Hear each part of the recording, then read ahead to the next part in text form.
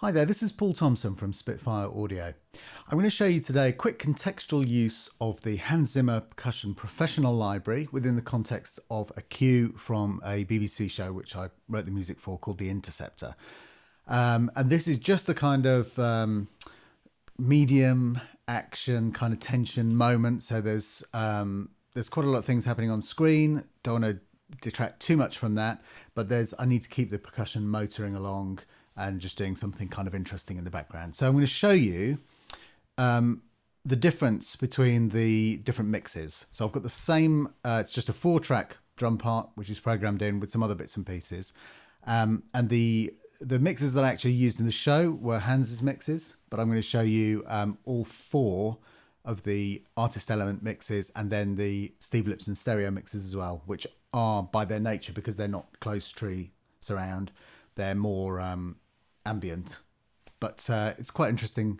Here's this section of the cue that I'll play you now, just with the full mix going and with Hans's mixes in the mix.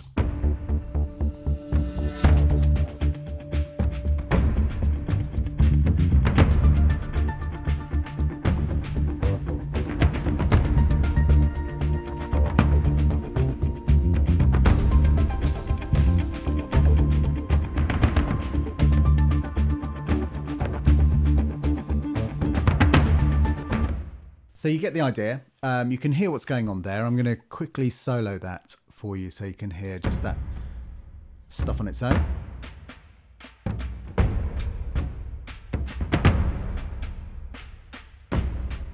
And then just so we're absolutely clear, I'll just mute those tracks and you can hear what's going on in the stems, which I'll just zoom down so you can see. So we've got some stems down here. There's some bits and pieces. The only thing that's left in that is that has a shaker in.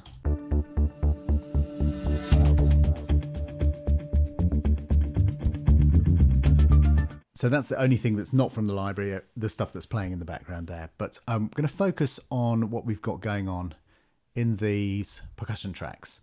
So let's go back into solo mode, and I'm going to switch between the different mixes just with these percussion being played over MIDI so you can see what the difference is. So Hans's mixes first, then as you can see I've got Geoff Foster's, then the Steve Lipson ones which are much more ambient as you'll hear, Alan Meyerson's, and then Junkie XL's.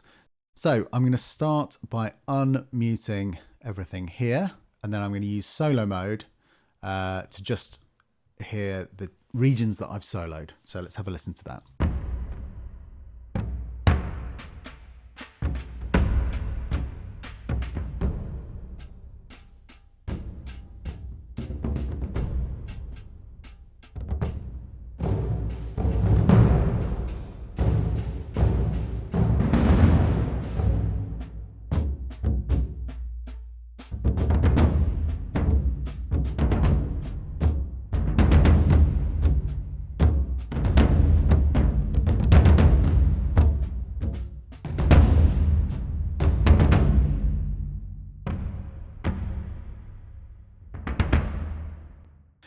So you can hear it's quite a significant difference. People kind of tend to compare Hans's mixes and Junkie XL's mixes as being maybe the most similar, but they're actually still quite different. If we go, let's play from the beginning with Junkie's, and I'll switch to Hans's and backwards and forwards, and you can see what the differences are for these particular instruments that I've got playing, which are the taiko hits, the exotic, some bits from the exotics, the low hits, and some metal stuff.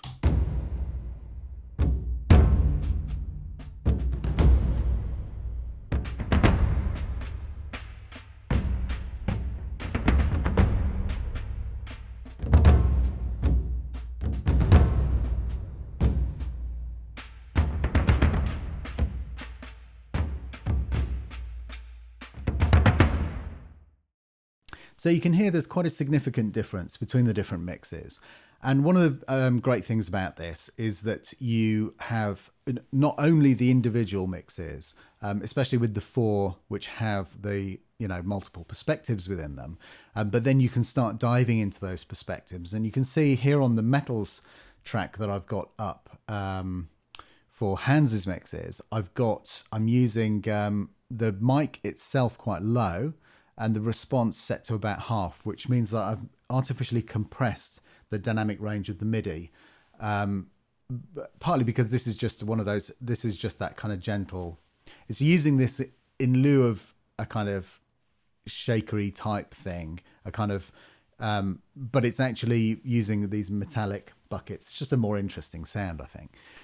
So if I jump down to one of Junkie's tracks down here, you'll see that I've got that similar setup, but if I'll undo that. So I'll put the response back closer to the top, so more of a fuller response. Put the close mics back up and we'll have a quick.